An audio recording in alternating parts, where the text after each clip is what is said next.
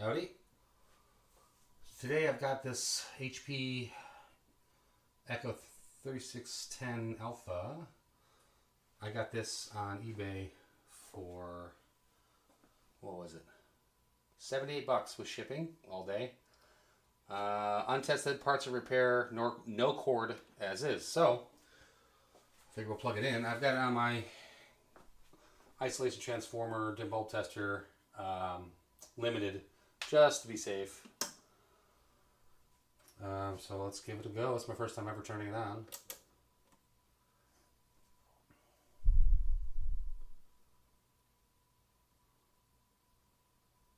Okay. Don't know if it's supposed to do that. Let's see. What do we got here? Volts.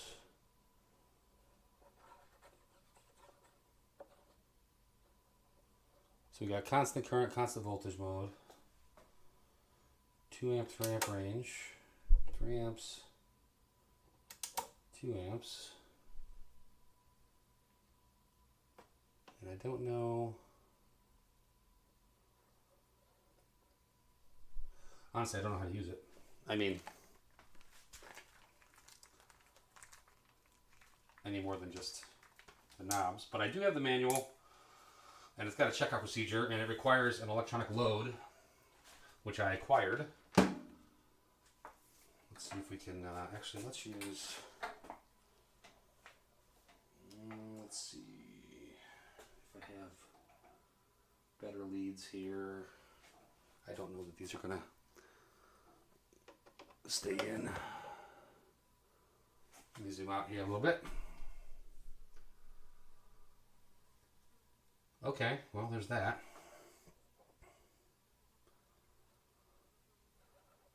So it looks like you can't adjust the voltage, or maybe I'm at the minimum.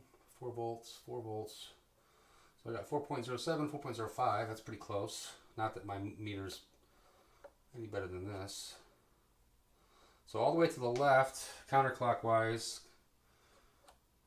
is constant current mode apparently, but the voltage goes down. Well, it's kind of matching.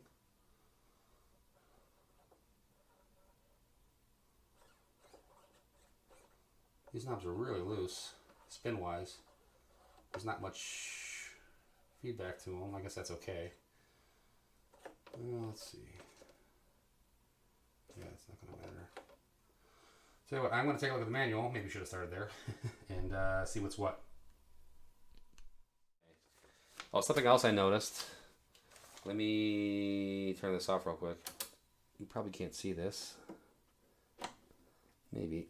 This is going to fall. Right there. Yeah, you can't see that in the shadow. Oh, yeah, you can. That little, actually better in the shadow. Right there. This post is cracked, the plastic. So, not ideal. I wonder if this has got to be replaceable, right? Ooh, no, that stops. Maybe it is, maybe it isn't. I can look into that. Minor, but anyway, something I noticed. Sold as is, though. I knew what I was getting. That's fine. We'll sort that out. They're registered. They have a shopping list and a shopping cart, which makes no sense. I could put it into my shopping list, but I couldn't add it to my cart because I wasn't verified because I needed an employer, but this is not personal use, so I didn't feel like I should have to give you my employer's name. Like I had to make 2 phone calls. It was like, it was like I was transported back to the early internet when things were not as smooth as they are now. I was like, I just want to give you guys money, just let me pay you for these, and it had to call Congress basically to get it. But all day I did get them. At the end of the day, they also wanted it, if you didn't spend $50, they charged you $20 or something. It's like a minimum order, which I kind of get, but woof, so that was part of the reason I was just going to get the one to replace, but they're going to charge me $20 for no reason anyway. So I was like, well, I'll get all 3 then and go over 50 and then save 20 and doo-dah. Yeah, just a mess. So hopefully I don't have to deal with Keysight too much in the future, even though I do have an HP counter that I'm going to take a look at here in the coming future. But anyway, Godspeed to you if you have to order from HP or from Keysight, because they do not make it easy. All right, here they are installed. There's the back there. You got the 3 pretty sturdy. They're plastic or nylon or something. pretty sturdy washers, but are nuts. Same style posts. They are keyed. There's a flat spot that fits in. And you can see they're not the same color. They're, I think, what you would say newer gray. I can live with that. That's just fine with me. But yeah, they're nice binding posts. So I think next step is to get this soldered in there and get the pots in there and fire this thing up. And I'll probably keep, I've got two now. So this is the old ones. So this is the non-cracked one. So, you know, obviously I'll hang on to these. Who knows? Could come in handy someday. Here's the cracked one, which keep that as well. Why not? And then the black one. So these are just fine. Just me being a little particular here. And like I said, if I'm going to lose 20 bucks for not spending 50, I don't know. Maybe it's maybe I shouldn't go to Vegas because that's the wrong way to think about it. But buy 3 instead of 1 and 3 new posts. Looks pretty good. So let's get this soldered up. Okay, so I'm going to try the calibration procedure. It calls for a 0.1 ohm, 10 watt, 0.1% resistor. Now, I did my darndest to find one of those. I can find 2 out of 3 of those parameters. The best I could find was 0.1 ohm, 10 watt, 1%. So I'm 10 times the tolerance. 1% is pretty darn good. I can live with that. I don't have... you start getting to those super high tolerance resistors, and boy, they're expensive. Which kind of makes sense, right? They're harder to produce and to be that accurate. Anyway, I've got that here. So again, this is a 0.1 ohm, 1%, 10 watt resistor. I've got this connected as shown in the manual. So we've got... Come on now. I don't know why it doesn't want to focus all of a sudden. Let's get some light here. So the resistor across the power supply and the voltmeter across here. Again, unfortunately, I'm going off my DMM here, which doesn't have a great resolution. However, so turn voltage and current control fully clockwise. So that's banged right, that's banged right. Set range, push button to high current, which is out. So 2 amps, 3 amps. Turn power supply on. And adjust R31. So the DVM indicates 0.315 volts. And I'm showing 0.315. 0.16. So it's a little, it's right on the edge. It's easy to get to, which is nice. I'm afraid to touch it because I'll probably just screw it up. I don't know how sensitive it is, but I am curious. So I'm going to get in there and see if I can get this on the head. Okay, we'll do it this way then.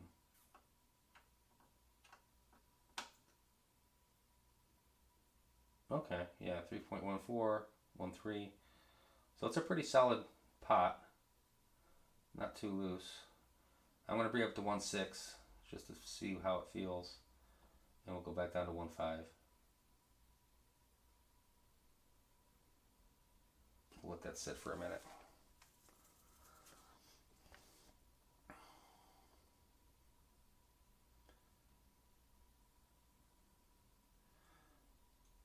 Adjust R3 on the display board so that the displayed value on the front panel is equal to the DVM value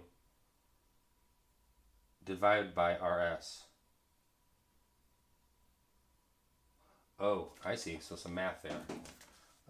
Where's my pen? So I've got... I don't really need a pen for that, right? So 0.315.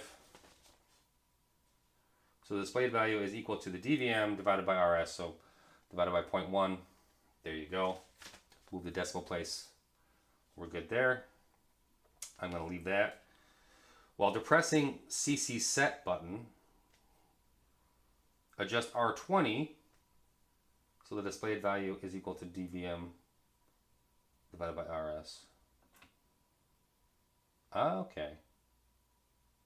So now I got to find R20, which is kind of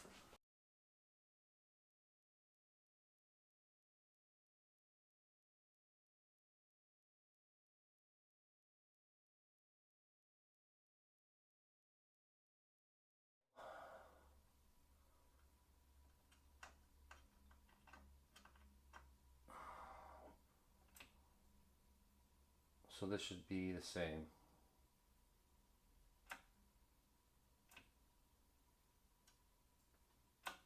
Okay, good. Set range push button to low. Adjust R32 so that the DVM indicates exactly as follows. 0.21 volts. 0.21, we're good there. How warm is this? Oh, not bad.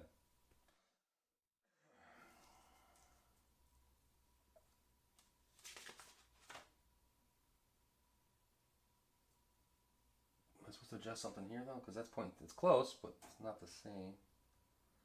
R32, where are you? It's right here.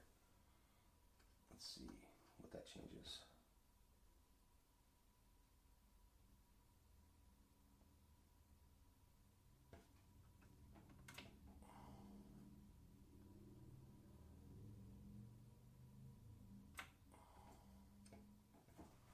Okay. Disconnect shunt and connect DVM across output of supply.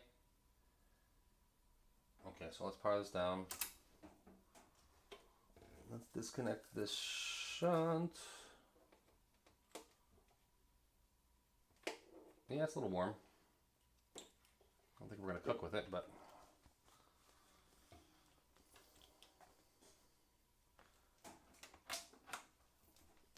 let's hang these over here for now. Let's do this the old-fashioned way. Oh, I'm not going to get in there. I should have leads somewhere.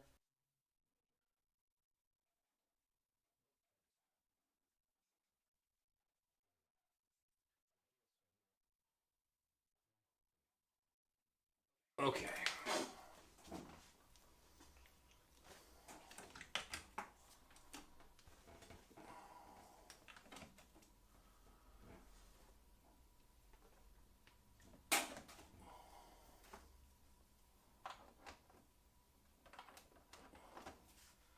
Okay. Set the range push button to low, current range at no load. Okay, low is pushed in. Power on, no load. Whoa, Nelly. Wait a minute. No, I'm confused.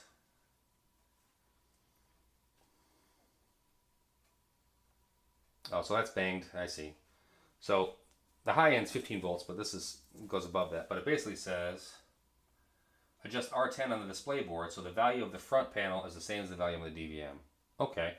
Yeah, and that makes sense because I'm at, what, 60 millivolts off. So now I gotta find R10. Now we're back to, let's move this. Too many cables. Now I gotta find R10.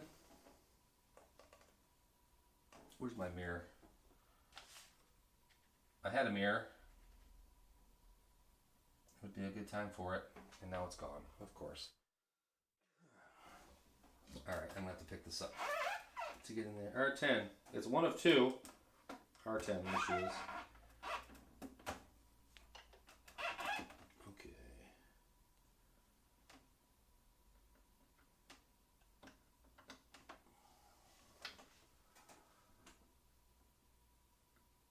Oh, that's okay. Yeah, there you go. 1759 89 8. Yeah, we're in the noise here. That's fine. 6. Oh, not that high. Let's go back.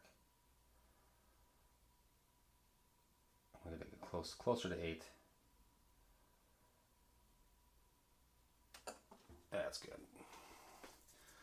That's really it. So, yeah, I need a better DMM, a bench DMM for one, not a handheld, with greater resolution. That's for sure. I need to learn how to use this stupid thing. It's transient. The manual's okay, but I'll have to find a video on it, hopefully. I never, I'm Gen X. I never used to think of YouTube as being helpful, and now I'm making videos for it. I've learned so much from it, and man, it's so much easier. It's fine. I went to, I bought like a couple years ago. I bought like a little mini keyboard, thing, and I had Ableton with it, so I put that in my computer. And if you don't know, Ableton's what a lot of electronic musicians use, and it's super powerful and super feature functional. But boy, is it overwhelming.